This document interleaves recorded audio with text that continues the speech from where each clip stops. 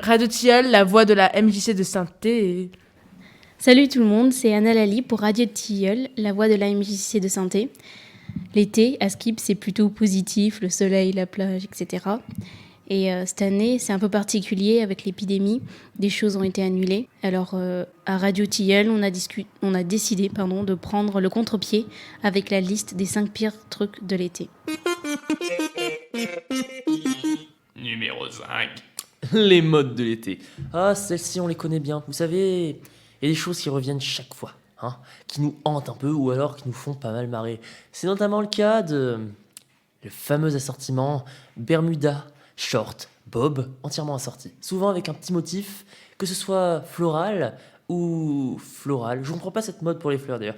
Je sais pas, il y a peut-être une chose. Ils veulent peut-être qu'on les confonde avec les plantes ou alors faire de la plongée et qu'on les perde. Je sais pas. Un autre truc chiant, c'est la musique. Genre Despacito. Despacito. Cette musique qui, une fois chantée, te reste dans la tête. La seule façon de t'en sortir, c'est d'en avoir une autre dans la tête. J'ai une question à vous poser. Est-ce que vous avez déjà vu un bodybuilder à la plage avec un short ou un maillot de bain normal? Non, vous en trouverez toujours un moule bite. Vous savez pourquoi? La taille des cuisses. Et oui, ça passe pas malheureusement. Les trous sont trop petits. Un autre truc chiant, c'est les ronds. Je fais partie de cette catégorie-là et pour beaucoup, on a honte à la plage. Parce qu'à côté, on a les bodybuilders et à côté, on a les tout fins. Et les tout fins, généralement, ils font des pompes sur le parking. Du coup, ça les met un peu en valeur. Enfin, c'est ce qu'ils pensent. Pour nous, les ronds, on n'a qu'une seule technique. On se déshabille sur la plage et on court vite à l'eau pour que plus personne nous voit. Et là, c'est bon, on est calé. Ça me fait un peu penser à des cuisses de poulet qui rejoignent le bain d'huile pour frire. Mais bref, en tout cas, l'entraînement pour se forger un corps de rêve, ça dure longtemps. Et malheureusement, l'été aussi. Top 4, la MIF. Arrêter l'école, c'est bien, mais si on peut pas voir les potes, ça craint. Bah ouais, tout le monde part un week-end chez mamie, après 2 semaines chez tonton, et c'est comme ça qu'on se retrouve avec mes parents et ma soeur. C'est pas que je les aime pas, mais c'est un peu relou, surtout après 2 mois de confinement. J'ai eu ma dose. On a bien essayé les jeux de société, mais au bout de 5 minutes, tout le monde se casse, quoi. Et la sista, qui pense que les distances sociales pour notre survie, c'est être collé à moi. Alors l'été, besoin de liberté. Et le pire, c'est caler des délires avec les potos par rapport à nos emplois du temps. Si je suis occupée, un jour, les autres sont libres, et si les autres sont libres, c'est moi qui est occupée. Enfin, de toute façon, je suis punie pour un long moment, donc vivement la rentrée. Top 3, le summer body. L'été, c'est la pire saison. Premièrement, à cause de la crème solaire. Moi, je vous jure, je suis traumatisée. Quand tu vas à la piscine ou à la plage, tu vois, t'arrives avec ton maillot de bain, ta serviette, tes petites claquettes, t'es bien, t'es sur la plage.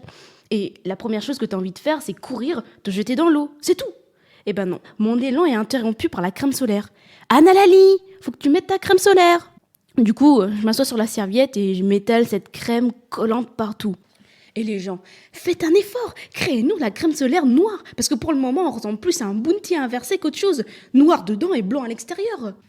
Et puis, c'est pas fini, il y a l'épilation et les auréoles. Oui, je les mets ensemble parce qu'en général, l'un ne va pas sans l'autre, parce que la veille, tu te prends 15 minutes, tu vas t'épiler les dessous, autour des bras, ça te fait mal, ça te prend du temps et tout, et le lendemain matin, tu décides de te mettre un petit débardeur blanc et tout. Et du coup, c'est magique, tu peux lever le bras et tout épilé en dessous. Sauf que non, parce qu'il y a les petites auréoles qui viennent se placer là. Les petites auréoles un peu marron, dégoûtantes, mouillées, etc. Et du coup, ça t'empêche de lever le bras alors que tu as fait un effort et que tu t'es épilé.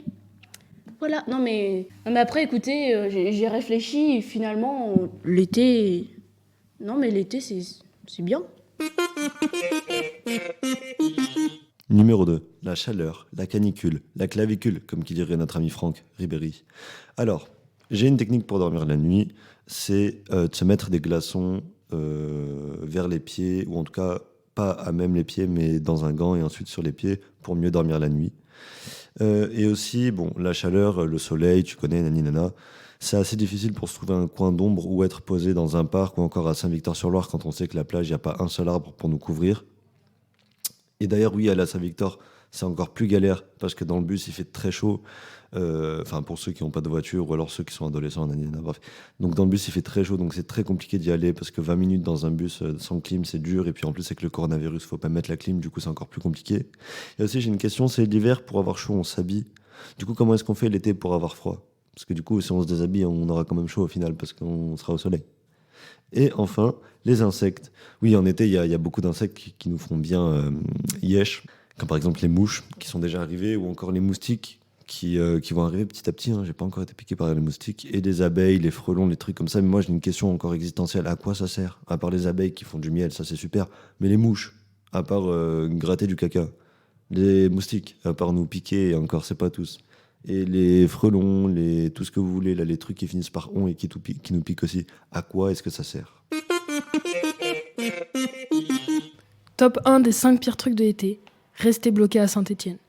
Oui, vous avez bien entendu, Saint-É. Il n'y a pas grand-chose, à vrai dire, même rien. Alors on essaye de se consoler en se disant qu'on n'est pas envahi par les touristes, mais non, ça change rien du tout. On a tellement rien dans cette ville que parfois on doit se retrouver à Lyon pour aller dans un grand parc ou juste un parc en fait.